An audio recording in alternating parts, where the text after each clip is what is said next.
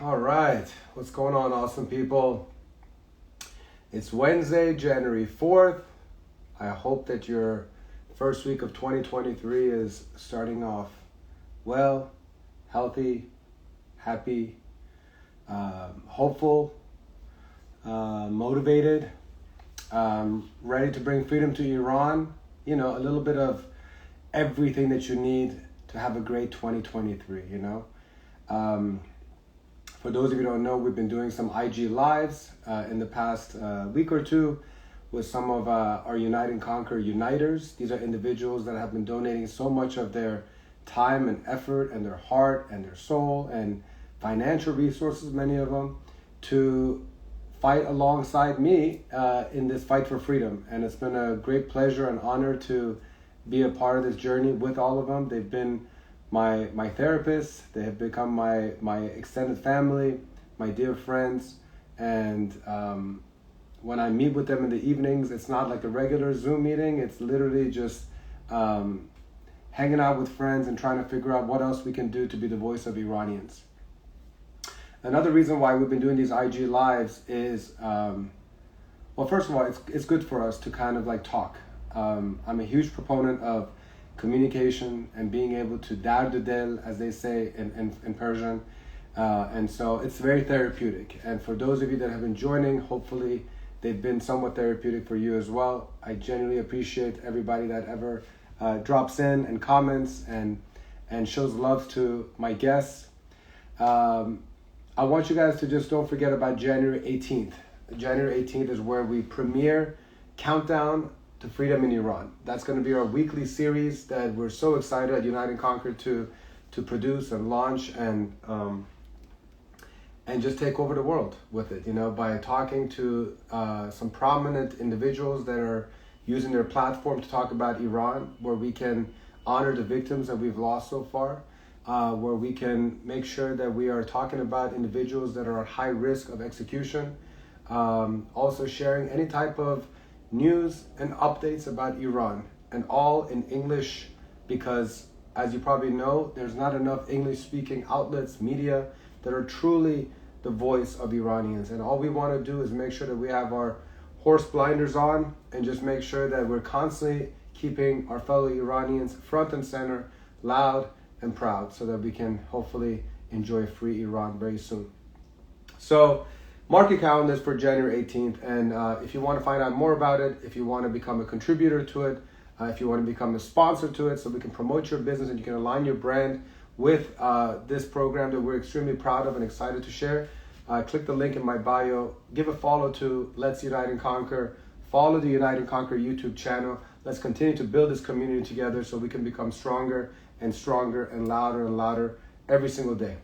We cannot rely on anybody else, any other country, any other TV station to be the voice of our people. We got to do it ourselves. And that's what we're doing at Unite and Conquer. That's what we're doing with Countdown to Freedom in Iran. Shout out to all the Uniters that are in this group chat right now. Love you all. So let me tell you about who I'm having as my guest today. She's a badass. They're all badasses. She's a Shirzan. They're all Shirzans in our team. But it's going to be Dr. Rebecca Sherry Eshraghi. I've never called her Rebecca, but that is her name. We call her Sherry June. She's a board-certified doctor in natural medicine with over 10 years experience helping her clients achieve optimal health. She's a published researcher in the field of autism, microbiome, gut-brain connection, and epigenetics. Her specialty is in preventative healthcare, autism spectrum disorders, allergies, chronic diseases, digestive disorders. Ooh, we got to talk to her about that. Weight management, definitely got to talk to her about that. Autoimmune disease, insomnia, definitely got to talk to her about insomnia. Mashallah, I don't know if we have enough time to talk about all the things she specializes in, and more. Aside from her passion for her work, she also has a passion for justice and equality, and this is where we cross paths, and advocates for human rights. We all know about that, right? You wouldn't be in this chat if you didn't care about it. Social justice and autism awareness. As you can tell, autism is very near and dear to her heart. And in that line, she is writing articles for BahaiTeachings.org. Amazing stuff. She's also the co-founder and CEO of the nonprofit organization Melody of Hope, and Melody is her daughter's name too, which provides music education to children with autism and other special needs. She has a multicultural background and is a polyglot, speaking 5 languages fluently. Now you know why I tell you she's a badass. Now you know why I tell you she's a Shirzad. Now you know why we love to have her as a uniter. And now I'm going to welcome this rock star of a human being. Virtually welcome Sherry June, aka Dr. Rebecca Sherry Eshraghi. Voila. There you go. Hi there. Hi, Sherry. You're making me all blush. How are you? Good to see you. Good to see you. How are you? Bad. It's yesterday we had you on video in pickleball court, and now here we are doing our IG lives. So yeah. Good to see you. So good to Why have you. isn't there any filter, huh? Why isn't here the IG Live any filter? I'm not used to that. This is the primitive version of our video communications. Okay. Thank you so much for being part of IG Live. Thank you so much for being an awesome uniter. For those who don't have the distinguished pleasure of knowing much about you and your background, would you mind kind of giving a little story about yourself? Sure. So my history in regards to Iran is that although I was born in the U.S., my parents are both Persian, Iranian, and my dad was studying in California. And then after he was done, they moved to Iran, and they lived there until the revolution in '79, when all this chaos started, and they started persecuting the Baha'is. And my parents and my family, we are followers of the Baha'i teachings, and so because of that, they had to flee Iran, and we found refuge in Germany. So a little bit similar like you. Yeah, we grew up in Germany together there. We didn't know of our existence at the same time. And I went there to school. I grew up there. My youth was all there. And then I met my husband, who had a similar story. Also, as a Baha'i, had to leave as a 15-year-old. I mean, like now in hindsight, I'm like, 15-year-old is just a baby. How can somebody send your they had to send their children that young out of the country where everything is new, to fend for themselves? So he grew up there since he was 15 in France, and we met. We got married. I lived 2 years then in France, and after 2 years we decided to come to the US, and we settled down in Florida, which I love because of the weather and everything that is here, and the diversity of the state. So basically, we are diaspora because of our faith. And in hindsight, it's not bad, though, because now I consider myself even more world citizen. That's why I have that world citizen as my Instagram thing. I recognize even more how much we are one humanity. Absolutely. So, you mentioned your faith. I'd love to kind of like talk about that a little bit, so you can educate and enlighten us. Some people really don't know the history of the Baha'i faith. And so what has been happening to the Baha'is in Iran, and why? Can you just kind of give a little nutshell of that for those who might not be familiar? Mm-hmm. First of all, Baha'is are not only Iranians. They're all over the globe. It's, after Christianity, is the most widespread faith. In Iran, it started being persecution because the Baha'i teachings are very progressive. And there are some teachings that clash with what Islam is still holding on to. And I can just give you, for example, 2 examples. One is equality of man and woman. That is one of the major principles of the faith, that man and woman are equal. Not only are they equal, it is so important for women to enter everything in society and be valued, everything that they important than that of a man, because they will become the first educator of the children. So imagine how we generationally want to improve humanity by being equal. And we believe that even wars will cease once women and men are equally treated, and the violence and oppression and lack of opportunities are taken away. And then the other one is that we don't have a religious clergy. We don't believe that in this age of maturity, there should be any other person telling another person how to interpret the scripts, how to live, what to believe, how to it's called independent investigation of truth. So everybody individual, like even my kids, they don't automatically become Baha'i just because I'm Baha'i. They have to research and decide for themselves. And that's what we call the age of maturity. And so when you don't have clergy that is living from that religion, they lose their power. So and so it became very attractive. Since the beginning of its start in Iran, a lot of followers came, and then it was a threat, and that's how the persecution started. And unfortunately, a lot of slander and lies were constructed, as we can see now, obviously now, from the beginning until now. So I have a couple of questions based on what you just shared. The first question is, when somebody does their investigation and they've realized that this is the faith that they want to choose, what's the next step? If there is no clergy, how does one become Baha'i? We don't have clergy, but we have administration, but elected administration. But it's a little bit long story to tell. Believe it or not, a lot of people who are already Baha'is, they don't know it. They literally just don't know it. They live by the principles. They believe what we believe. They don't know it. And to be officially Baha'i is just you sign, become registered as a Baha'i so that you can participate in the community life of Baha'is. And what we do a lot of things for the betterment of the world, grassroots wise, and a lot of Baha'is are in the UN working actively on. So it's not a ceremony. We have very little dogmas and rituals in the faith. It's just what you believe. That's the thing. It's not your identity. It's what you live and believe that makes you a Baha'i. So basically, it's like the ultimate ideal community. It's like utopia on earth. Listen, I always say, right? I always say the faith, the teachings might be perfect, but Baha'is are not perfect.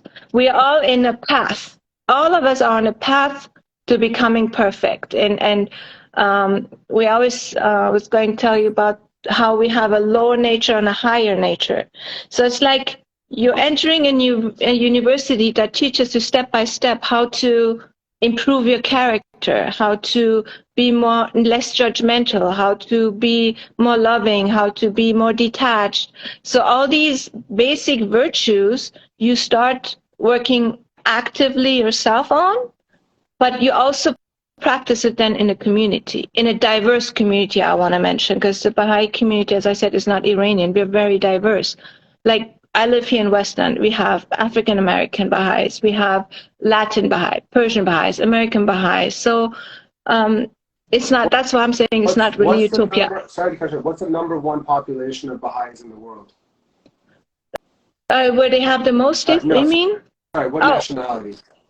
Indians, I think. I hope I'm not wrong, but I think in India we have the most number of Baha'is, and then I think in Vietnam. And so, where do Iranians rank in that?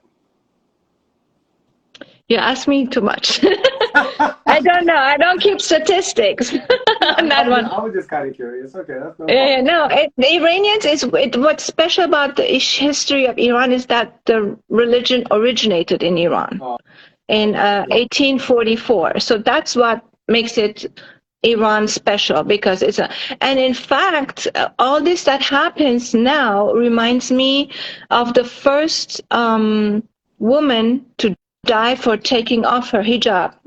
I don't know if you heard Tahir Ghuratul Ain. She was a poet and she was a badass for her time.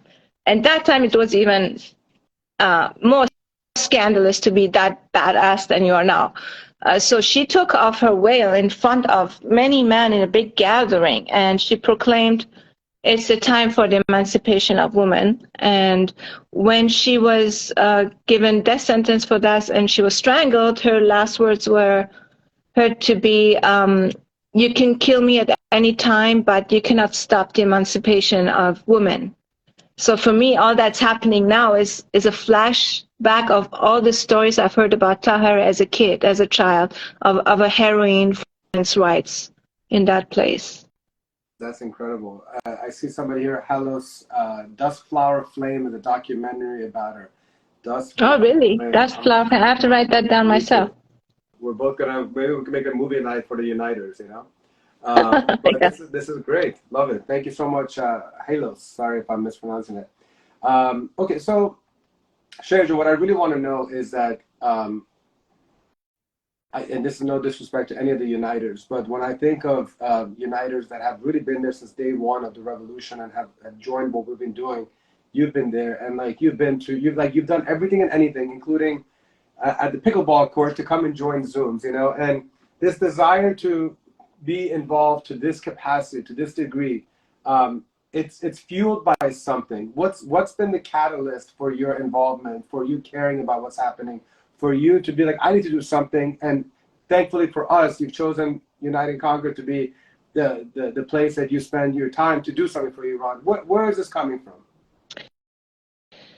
Just seeing these beautiful young girls that are like any other teenager here, putting up their hair, going into fight, killing themselves, knowing what they're facing. That courage deserves to be heard. And I'm sitting here in freedom. I have everything. What kind of a person would I be? I could be that person. They're standing up for basic human rights, just to be happy. And when I saw dancing, singing, loving life, and it's taken away from them for a headscarf, I think it's time for a global human shift, and you either choose to be a part of it or you choose not to be. And I see it as my duty to raise the voices of the oppressed. And I just came back from Atlanta and went to the Center for Human Rights and Social Justice. And it was a lot about the civil rights movements here in the US. And I couldn't help see so many similarities. And I realized that it takes one courageous person, one like Rosa Parks, who was just fed up with having to sit in the back of the bus for something that's just not, that didn't make sense to her, and to it wasn't right for humanity. And she was willing to be beaten, arrested, die for something that is simply against her human rights. So when you have one person standing up with a lot of courage, and then another person like Martin Luther King, who has that capacity to bring her voice. She was an ordinary person. He was a more educated, but he stood up behind and brought her voice up. They mobilized millions of people, white and black. So we see the same thing happening here. We have 1-2 people who start being willing to die for the right thing, and they are contagious, luckily. So that's how I see it. So you just mentioned how, you know, how you feel as though you basically can't not do anything or not be involved. What do you think needs to happen for more people to care the same way you care? First of all, it's they need to see. If anybody who puts their head in the sand cannot see, does not know what's happening. At the beginning of this, what was happening, there were a lot of Iranians that were like, no, it's the same thing, they're going to just kill people, la la la la la. It was very demotivating. And then I realized that exactly those people who are so negative about what's happening are the ones who don't even have a social media. You know, they just listen to that mainstream media that tells them whatever they want to hear. So first thing is the knowledge. So that's why what we're doing, shouting from everywhere, whether it's protests, whether it's the air banner, whether it's social media, we have to be loud so that those who are back hear it. That's the number one thing. The second thing, how we cannot force people to care. That's for sure. But we do when people see, when they're involved, then they start caring, when they see they're part of something, they matter. The other thing is we have so many different categories of people. So I was thinking a lot about this, that there are those who just live and think, okay, I'm here in this life to just get whatever I can, power, money, career. It's just the material things, and they don't care about anything else. Then there are those who like, as long as I'm okay, I have my little world, I'm going to protect it, that I'm fine with that. And then there are those who care, but they only say, oh, I'm so sorry. Well, you have my thoughts and prayers. I'm thinking of you. I'm praying for you. Okay. And they leave it by that. But I like more those who do the prayer, has the thought, but put some action in it, even if it's just a little bit, just any action, just put the first step, because the first step never knows where it takes you. Like when I met you, I didn't know you. We didn't know each other. You just said something, and I'm like, I didn't know it would go into something that you can be engaged in for 3 months, 4 months, and you feel like you're doing something. So I would recommend people just take the first step, do one little thing, and then you don't know where it takes you. I love that. That's great suggestions. And once people actually get involved with this kind of stuff, it does come with a lot of stress. It comes with a lot of insomnia. It comes with a lot of gut issues. Pretty much all the things that you specialize in, and you even have a business called Natural Health Power Works LLC, which I'm grateful that you're one of the sponsors of our upcoming premiere episode of Countdown. So super grateful for that. So because you have that experience, and because you're so on the front lines of what we're doing, how do you balance life? How do you balance stress? How do you balance the emotional pain and the mental health? What do you do? Well, personally, first of all, everything in life is about balance and moderation. Everything that you have in your life, when you exceed the bounds of moderation, then it's destructive. I mean, even I can go as far as to say too much compassion can be destructive. So I'm advocating the whole time to care and do something. But if it goes to the point that you completely neglect everything and you hurt yourself, then it's destructive. What's the point of you becoming depressed, drained, and burned out? You can't do anything. So what I had to learn that early enough, because I've been raising a child with autism, there were studies that showed that parents of children with autism, they have the stress level of a combat soldier, literally.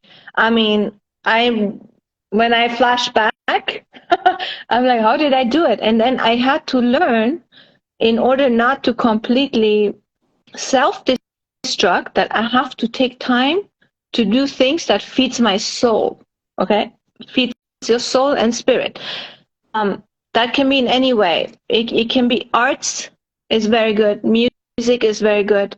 Nature, it depends on who you are, what you prefer. Like my husband loves to go and sit at the beach all day long, and that gives him the thing. But I'm like, oh, it's boring, 1 hour, okay. 1 more hour is beautiful, nice, Again, okay, but not every day for hours. Moderation. Exactly. For me, it was music and dancing, and I went back to dance classes, and because that's what was feeding. I knew that's what I enjoyed as a child, and that's what feeds my soul. So my suggestion to everyone who is in stress: take 1 to 2 hours of the day every day to do what feeds your soul, whether it's yoga, meditation, gym, whatever it is. And do it mindfully, without guilt. Especially those women, mothers, always feel guilty when they do something for themselves.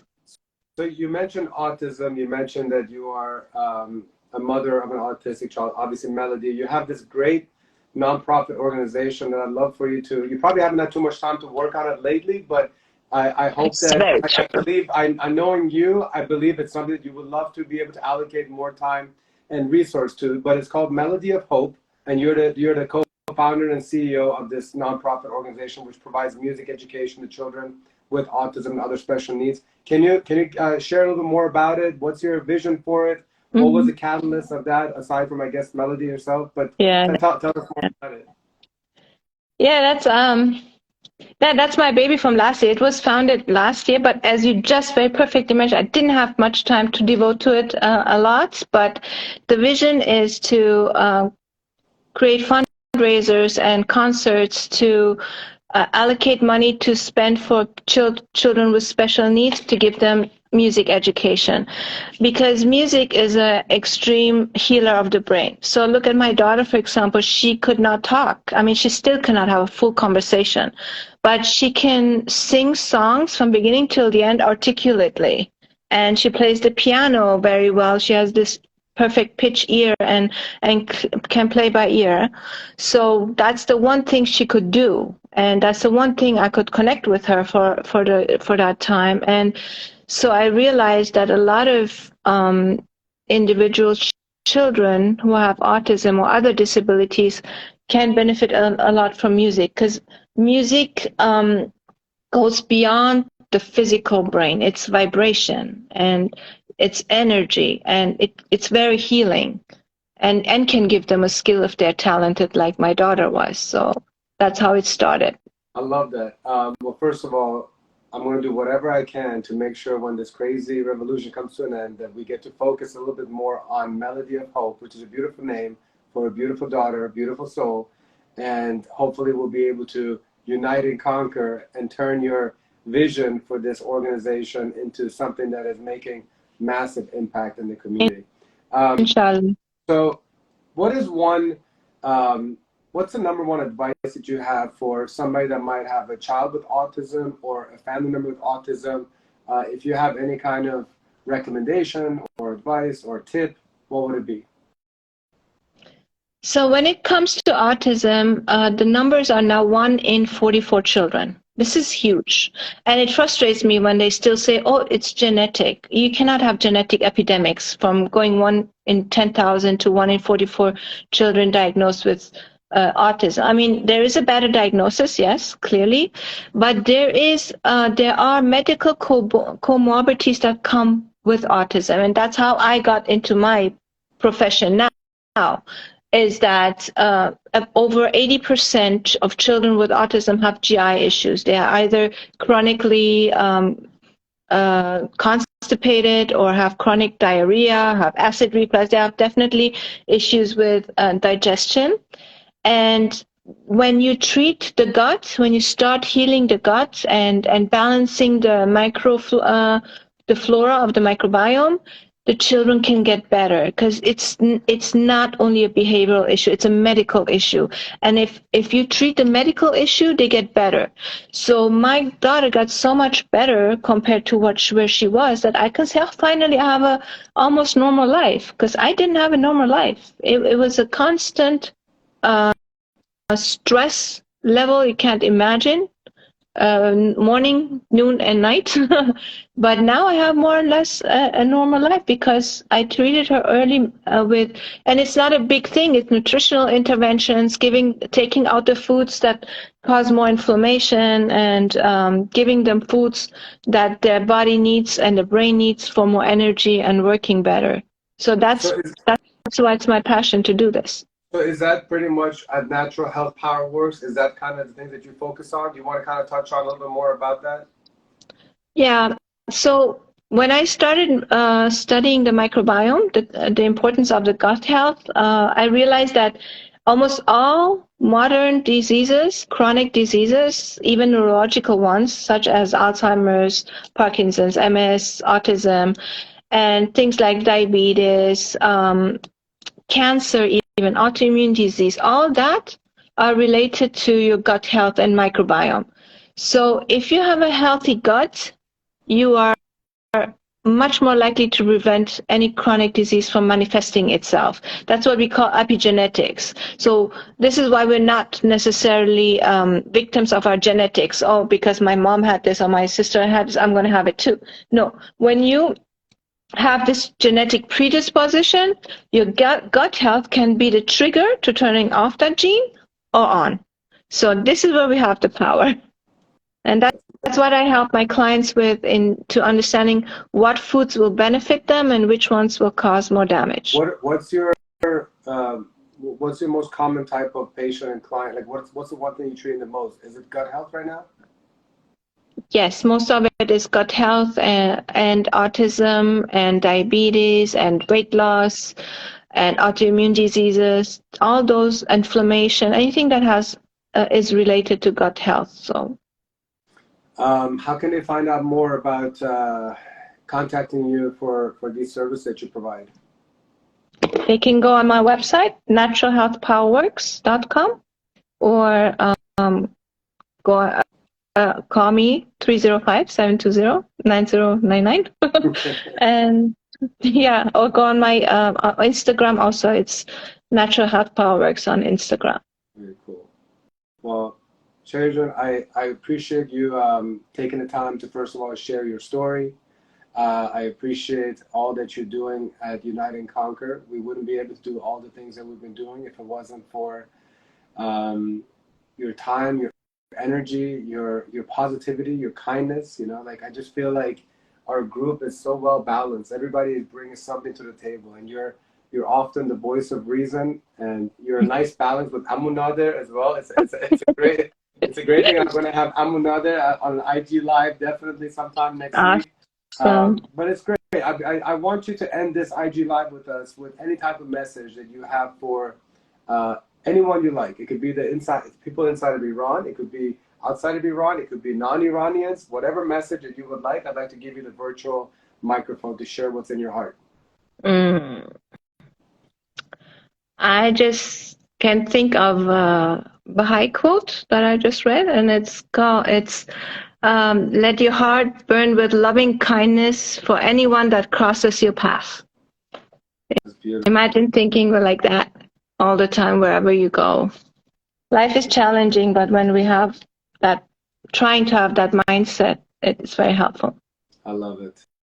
Thank you. And that goes for everybody, Iran or not Iran or anybody. So that's wonderful. I appreciate that. Ending it on a very sweet, kind Bahai note. Sherry, thank you so much for being a part of this Awesome People IG Live. Thank you again for being one of the sponsors of Countdown and supporting the whole mission of Countdown. And I can't wait to see your business grow and also your nonprofit grow in the months and years to come. And I thank you. I must say, people like you give me hope too. Lots of hope. I've been telling you that many times. I'm like, even if we are majority women in the Uniters, but the men that are in our Uniters give me hope because they're not afraid of strong, intelligent women, and they support them. And I think that's great to see too. For sure. Yeah, we do have to recruit some more men. So if there's any men out there that would like to that or message us, but yeah, so this was great. It was very educational and as always inspirational because you always have these wise words. And much love to you and Melody and your family. Thank you, Sam. Hopefully see you soon at a Unite and Conquer meeting very soon. Very soon, hopefully. Yes. Bye, Sherry. Take care. Bye. Thank you, dear. So, ladies and gentlemen, as Sherry logs off the IG Live, a friendly reminder that Countdown to Freedom in Iran, the weekly live series, it starts on Wednesday, January 18th. The exact time will be announced shortly. The exact guest will be announced shortly, but you can rest assured that whoever the guest is somebody that is using their entire platform, their entire time and effort and resources to shed a spotlight on what's happening inside of Iran. That's our promise to you. We're definitely going to pay our respects to those that we've lost. We're always going to make sure that they get the honorable memorial that they deserve. It's our small part as part of the program. And like I said, you can always turn to us to make sure that the latest news is happening inside of Iran, that we share that on a weekly basis. Now, in full transparency, our goal is not just weekly. Our goal should be that we create a live stream like this that's being produced on a nightly basis. Why not? When something like this does not exist in the English-speaking, especially Iranian community, once a week is a lifetime. You know, from one Wednesday to another, God knows how many people have been injured, detained, tortured, raped, killed, executed, and that's why a week is really too far for us. But the reality is that just the way that the funding, the finances of it works, that's all that we're able to commit to right now, which is why if you are interested in supporting this, please click the link in my bio. Consider supporting it in any shape or form possible. I keep on telling people that the production of one of these episodes is somewhere between $1,000 to $1,500 per episode. So if we get 10 or 15 people that will contribute $100 each, boom, we got one episode out of the way, and we can focus on producing the next episode. As long as there's no free Iran, I'm fully committed to being able to produce as many countdown episodes as possible. And we have a great team of uniters that are really putting so much of their effort into this, to making sure it's a great program, that it's of value and that it's of impact. So mark your calendars. And speaking of calendars, I will definitely be having an IG Live with Shahla Nikpur on January 11th at 11:11 a.m. She's a licensed clinical social worker. She's one of our uniters. And we're also going to be having several IG Lives with Amunader, Elham, Sareh, and also Sharmina. And if you don't know who these individuals are, you're going to have to tune into the next IG Live and get to know these awesome uniters. These are the people that are responsible for helping us do everything we're doing at Unite and Conquer. It's so many people that have devoted so much of the time the last 4 months. And the least that I could do is introduce them here to all of you so that you can get to know how many amazing people are involved at Unite and Conquer. Thank you so much for your time. Wish you guys a wonderful evening. I'm actually going to be traveling tomorrow for a few days, but I'm going to try my best to squeeze in an IG Live somewhere while I'm traveling. Other than that, take care of yourself. Be grateful. Love you guys. Good night. Bye.